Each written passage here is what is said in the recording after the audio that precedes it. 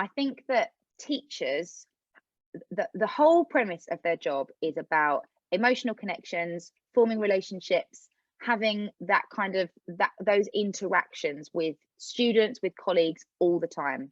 And that's why teachers are what we'd call in psychology emotional containers. So they take on other people's feelings because it's a caring profession. And that's what people do when they feel anxious or stressed or angry. They project feelings onto us, and they project their feelings out, and we have to hold on to them and take them and contain them and make that person feel safe. And we do that all the time in teaching or any kind of any work with young people. But eventually, if you imagine that you're like a physical container, like a bucket, eventually it gets so full of liquid that it overspills, and then you can't take on any more. And essentially what we need to do every so often is empty those buckets. And the only way that we can really do that is by debriefing with people and talking to people and offloading and saying all those things out loud and all those feelings. So generally you might find as a teacher, if you have a day where you feel really, really anxious or really, really worried, I bet you that there will have been an interaction you've had in that day with somebody who was really, really anxious and really, really worried, because that's what we do. We just take on all the feelings of others. And when I moved into what I do now, supervision, as we call it, which sounds scary, and I was like, what is this? It's a bit weird, is a standard practice. And supervision is basically where you sit with somebody and they say, right, let's talk about X thing you want to talk about, this thing that you want to kind of unpick and understand a bit more and consider, and then you can start to think of ways forward.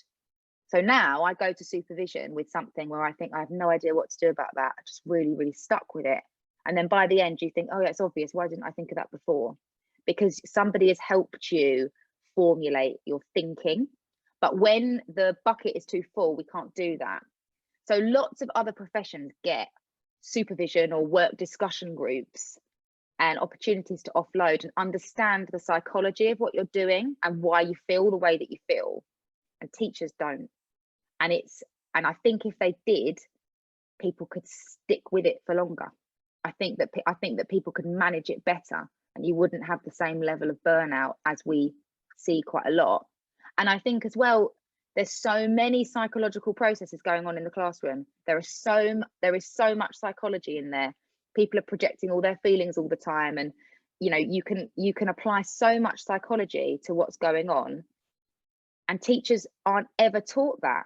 It's not part of their teacher training to actually understand the mechanisms underneath why that young person has told you that your work's a load of rubbish, or why somebody's thrown a chair, or why so and so won't talk to you today. If we can understand some of those processes, then we can unpick the situation better and know what to do. So really, the idea of YouThink is to provide that psychoeducation, so understanding the psychology of what's going on in the classroom for you and for the students you're working with, and to provide those spaces for teachers to come and offload and talk to each other and work out what to do next and think of new ways forward with somebody who's not their line manager and who's not going to judge them and not going to tell them off for not meeting a certain performance management target or whatever.